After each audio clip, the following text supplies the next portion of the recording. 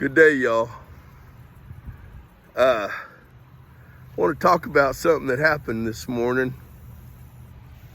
I was eating breakfast at my routine Sunday breakfast place, and because we all know that Rod Baker likes a little routine. He gets himself into a routine, and I believe that brings on stability, discipline. When you get yourself in a routine, that's what helps with discipline. You know, if it's a routine that's positive, that adds to your life, good things. So anyway, I went and had breakfast at my routine place. And in doing so, there was a young fella there. And one of the conversations this young fella had was him talking about his previous employment. And in that, he was talking about how they had a problem with his drinking, and so they required him to not drink. Well, then, of course, they had a problem with his drug use. And boy, he just wasn't going to put up with that. You know, how dare them have a problem with his drug use, right? And so he drew his line in the sand at that. Now, I'm not talking about the rights or the wrongs of his drug use. What I'm talking about is those things that we're willing to draw the line in the sand on. Those things that we're willing to say, this is my boundary. I'm not crossing this boundary, you know, and you're not allowed to cross this boundary. Of course, here he was on Sunday up there knocking back a few and sharing with us, you know, his young wisdom. And I like the fella. I can't help it. I like him. And he's all right with me. But the point is that even as absurd as it may sound, that he would rather give up his job, his security, what he probably even liked doing, because they had drawn a line in the sand, and it was their boundary also.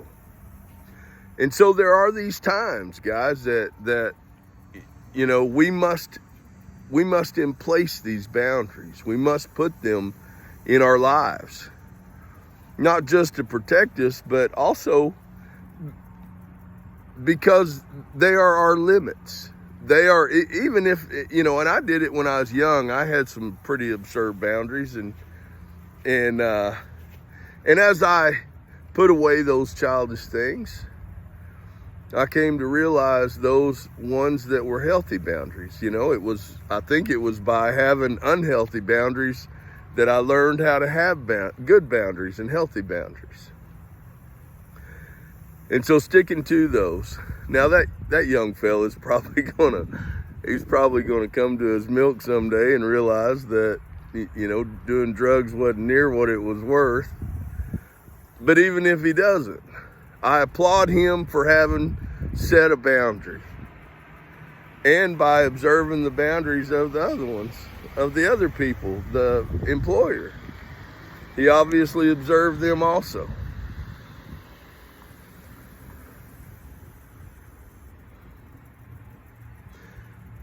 If you've lived without boundaries, or if your boundaries have been crossed many times, so to the point where you've come to a place of wondering if you had boundaries at all because you couldn't enforce them, start asking God to reveal these things to you. Start asking God to help you with those things. One of the things Dad's been kind of talking to me about lately is with so many things that have changed and that are changing and evolving, and the miraculous things that are taking place here in the future that have to do with me, is Dad kind of thinks that it wouldn't hurt me a bit to ask God for a partner. Yeah, I've never really had a legitimate partner where it was reciprocated, where there really was a 100-to-100 deal with us. I can't remember too many of my relationships that I didn't carry the whole thing, or at least the burdens of it. It seemed to be me that was carrying the water. And so I've given it some thought, and maybe Dad's right. Maybe a partnership wouldn't be a bad thing for me.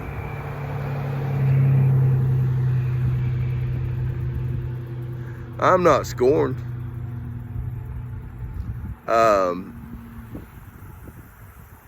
And whatever scars I bear,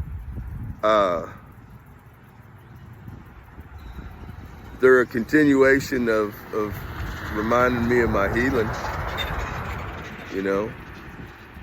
But I guess it would be nice to create some things with somebody rather than me do the creating and them along for the ride. It'd be nice to go to Spain with somebody that, or Portugal, with somebody that I cared about, loved, and I see people in my life that, God's brought them someone that grows with them and works with them, and I admire that. I do. So I'm giving it some thought. I'm not quite fully committed to asking God, to petitioning the Creator for it yet, but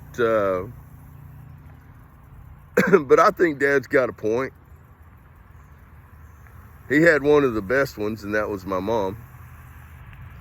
She went with him anywhere and everywhere. It didn't matter.